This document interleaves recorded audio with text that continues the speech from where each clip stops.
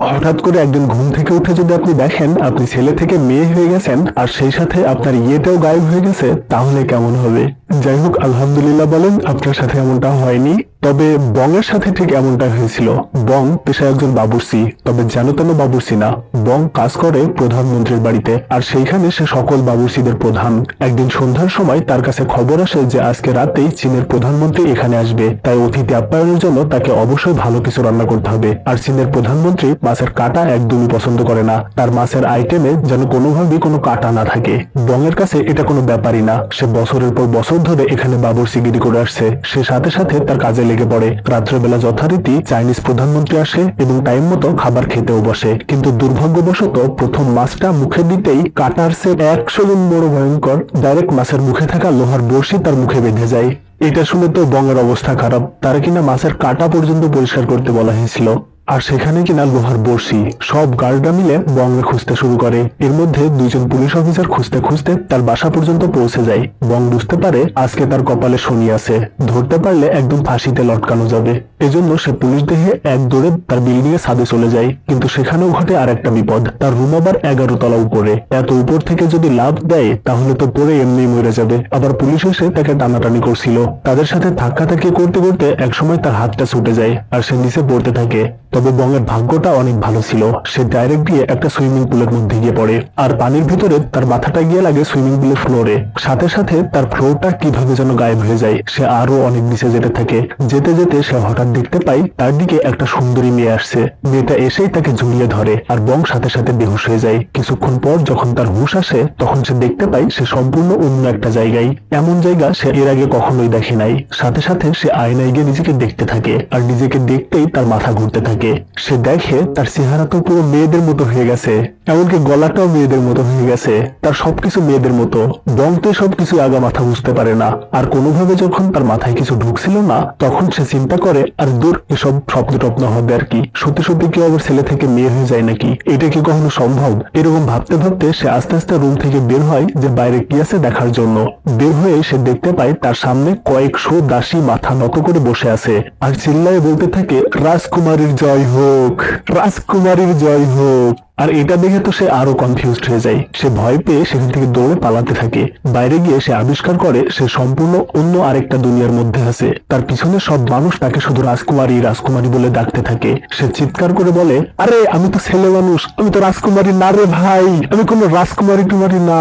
আর এইসব বলতে বলতে সে তার ইয়েটাতে হাত দেয়, কিন্তু সে দেখতে পায় সেখানেও কিছু নাই। তখন সে উল্টা হয়ে কাপড় তুলে খুঁজেও কিছু পায় না, আর সে হাওমাও করে বলতে থাকে, আল্লাহ এইটা আমার কি হইল? সে মনে করে তার আশেপাশের মানুষরা এটাকে ধরে অ্যাডভান্স কোনো অপারেশন করে দিয়ে তাকে ছেলে থেকে মেয়ে বানিয়ে দিয়েছে। সে চিৎকার করে বলতে থাকে, তোরা আমার সাথে কি করছিস? বল শয়তানের দল, তোদের সব কয়টাকে আমি কাঁচা সিদ্ধ করে খাবো। এরপর সে হতাশ হয়ে বসে বসে দাঁড়িয়ে তার অবস্থার কথা ভাবতে থাকে, কিন্তু সে কোনো কিছুই করতে পারে না। তারপর হঠাৎ তার মাথাটা খুলে যায়। সে আশেপাশের পরিবেশ দেখে আর কিছু মানুষের সাথে কথা বলে বুঝতে পারে সে আসলে টাইম ট্রাভেল করে অতীতে চলে গেছে, কারণ সেখানে সবেমাত্র 1500 সাল চলছিল। কিন্তু এখন তো 2023 সাল, কিন্তু সে মেয়ে হলো কি করে এটা সে কিছুই বুঝতে পারে না। সে তার রুমে গিয়ে তার পার্সোনাল দাসীর সাথে নিজের ব্যাপারে অনেক কিছু জিজ্ঞেস করে। দেখা যায় সে আসলে কিম সোং ইয়ং নামে একজন রাজকুমারী, আর কিছুদিনের মধ্যেই তার বিয়ে হয়ে যাবে পাশের রাজ্যের রাজকুমার সিওলিওলের সাথে। এরপর সে রাজকুমারী থেকে রানী হয়ে যাবে। এরপর দাসীকে সে কিছুদিন আগের ইম্পর্টেন্ট কিছু ঘটনার কথা জিজ্ঞেস করলে সে বলে কিছুদিন আগে দূরের একটা পুকুরে গিয়ে সে ডুবে যায়। হঠাৎ কিছু সৈনিক সেখানে তাকে দেখে তাকে তুলে প্রাসাদে নিয়ে আসে। এসব শুনে বং চিন্তা করতে থাকে হয়তো তার আর রাজকুমারীর আত্মাটা বদল হয়ে গেছে। তার আত্মাটা চলে এসেছে রাজকুমারীর শরীরে, আর রাজকুমারীর আত্মাটা চলে গেছে তার শরীরে। আসলে সেই পুকুরটাই হয়তো টাইম ট্রাভেল করার কোন একটা ওয়ে। তাই সে মনে মনে একটা ফন্দি করে। সে তার দাসীকে ডেকে বলে তাকে সেই পুকুরে নিয়ে যেতে।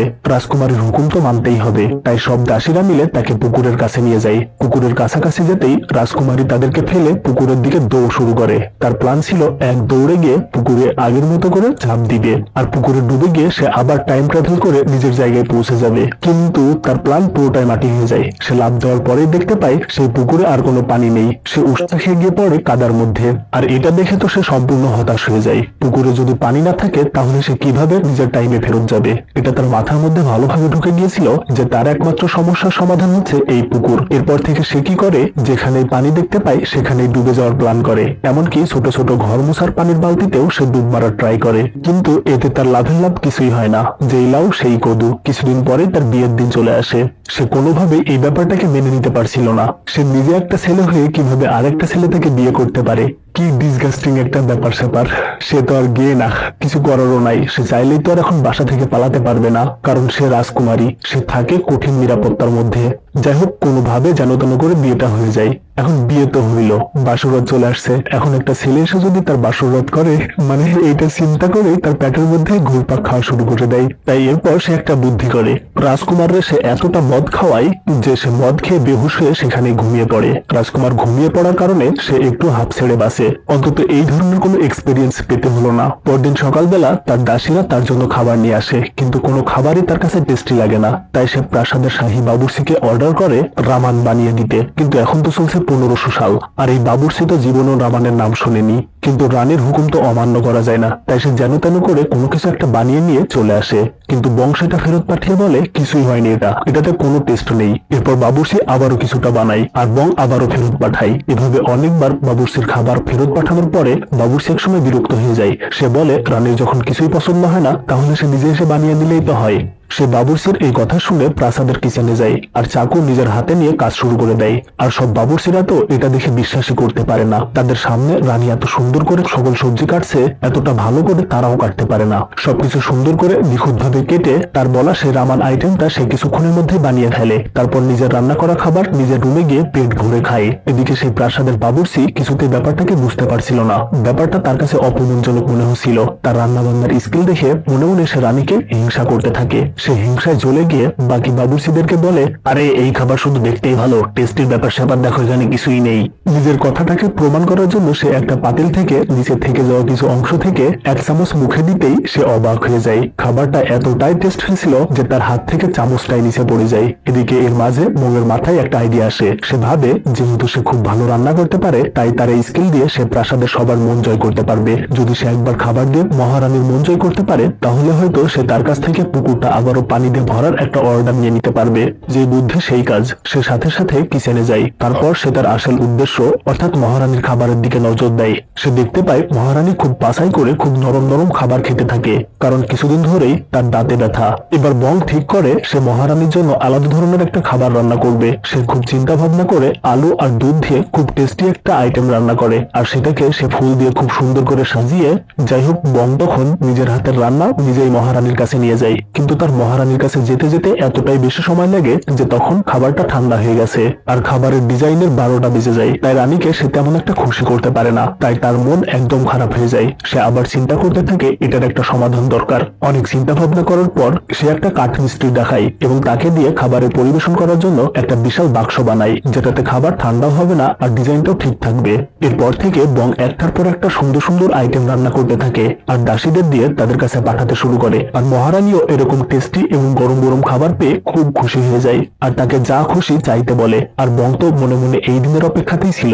সুযোগ পাইতেই সে বলে ওঠে, আমি চাই সেই পুকুরটাকে আবার পানিতে ভরিয়ে দেওয়া হোক। মহারানী তার এই আবদারটাকে সাথে সাথে মেনে নেয়। সে প্রাসাদের সকল দাস দাসীদেরকে বলে সেই পুকুরটা পানিতে ভরে ফেলার জন্য। সবাই বালতিতে করে অল্প অল্প করে পানি নিয়ে সেই পুকুর ভরতে শুরু করে। তাই দাস দাসীরা সবাই দূরে গিয়ে কুয়া থেকে বালতিতে করে পানি নিয়ে আসছিল। এখন আপনারাই বলেন, এইভাবে কি আর পুকুর ভরে? বংও এই কাজ দেখে বিরক্ত হয়ে যায়। এদিকে এভাবে অপেক্ষা করতে করতে সে তার ফিরে যাওয়ার আশা প্রায় ছেড়েই দিয়েছিল। এর মাঝেই হঠাৎ একদিন খুব বৃষ্টি শুরু হয়। বংয়ের মনে আবারও আশা ফিরে আসে। সে মনের আনন্দে বৃষ্টির মধ্যে নাচ শুরু করে দেয়। দেখতে দেখতেই সত্যি সে পুকুরটা একদম পানিতে ভরে ওঠে। সে পুকুরের পাশে বসে একটা পাথরে নিজের নাম লেখে আর তারপর সাথে সাথে সে পুকুরে ঝাঁপিয়ে পড়ে। এরপরেও সে পুকুরের তল খুঁজে পায় না। সে নিজে ডুবতেই থাকে ডুবতেই থাকে। ডুবতে ডুবতে সে হঠাৎ আগের মতো বেহুশ হয়ে যায়। কিছুক্ষণ পর যখন তার হুঁশ ফিরে আসে, সে দেখে সে হাসপাতালে শুয়ে আছে আর পাশে তাকিয়ে দেখে পাশে একটা পুলিশ অফিসার তাকিয়ে আছে।